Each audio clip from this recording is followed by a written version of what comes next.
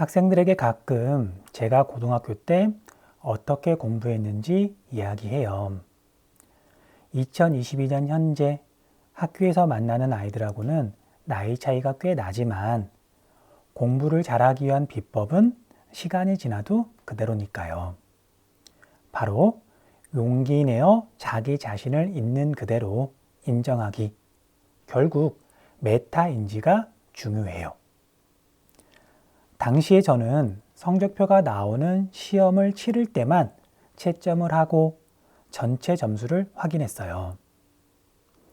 학교 내신이나 모의고사, 수학능력시험 등 성적표가 나오는 시험은 점수 그 자체가 큰 의미가 있으니까요.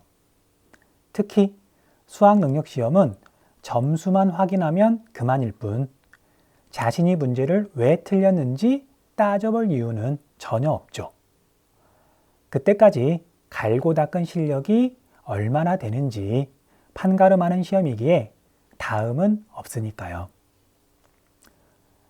하지만 이런 시험을 치르기 전에 만나는 모든 문제는 성적표가 나오는 시험을 잘 치르기 위해서 활용하면 그만일 뿐 정답을 맞췄는지 또는 틀렸는지는 별로 중요하지 않아요. 오히려 이런 연습 문제의 정답을 맞히는 것에 지나치게 집중하면 자칫 진정한 학습을 할 수 없죠. 이런 식이에요. 수능 특강에서 한 단원의 구성을 보면 보통 앞부분에는 개념과 내용 설명이 있고 뒤쪽에는 기본 문제와 실전 문제가 있어요. 그리고 학생들은 대체로 단원별로 개념과 내용을 공부하고서 자신이 제대로 공부했는지 확인하려고 기본 문제와 실전 문제를 풀죠. 그리고 이내 정답지를 보고서 채점을 하고요. 그런데 이때 많은 학생이 자신이 정답을 맞힌 문제에는 동그라미를 커다랗게 그리고 그렇지 않은 문제는 작대기를 조그맣게 그었다가 해설을 보거나 선생님께 질문해서 자신이 미처 몰랐던 부분을 해결하고 나면 직선을 슬쩍 추가해서 세모로 바꾸더라고요. 어떤 학생은 동그라미로 바꾸기도 하고요. 이는 자신이 열심히 공부했으니까 이와 관련된 문제를 맞히고픈 욕구가 강하게 작용하기 때문일 거예요.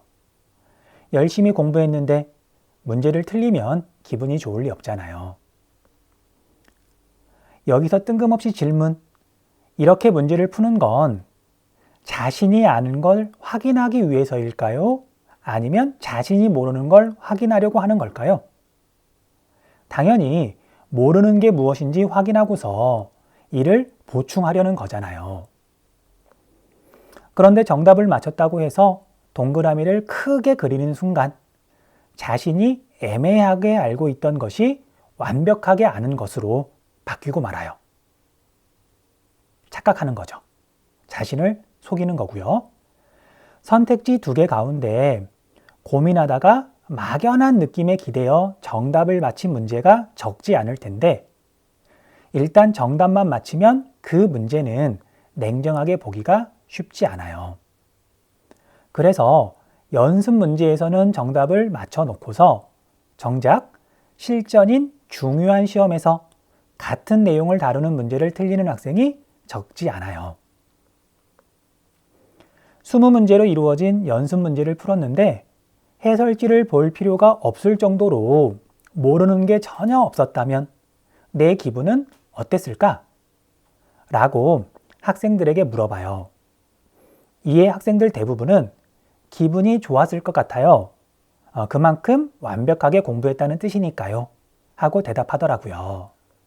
하지만 문제를 풀었는데 모르는 게 없을 때면 저는 오히려 짜증이 좀 났어요. 문제를 푸느라 시간과 에너지가 꽤 들었는데도 모르는 게 없다면 제가 건진 건 아무것도 없잖아요. 어찌 보면 시간과 에너지를 낭비한 거고요. 연습 문제는 문제를 읽을 때부터 제가 아는 것과 모르는 것을 구분했어요.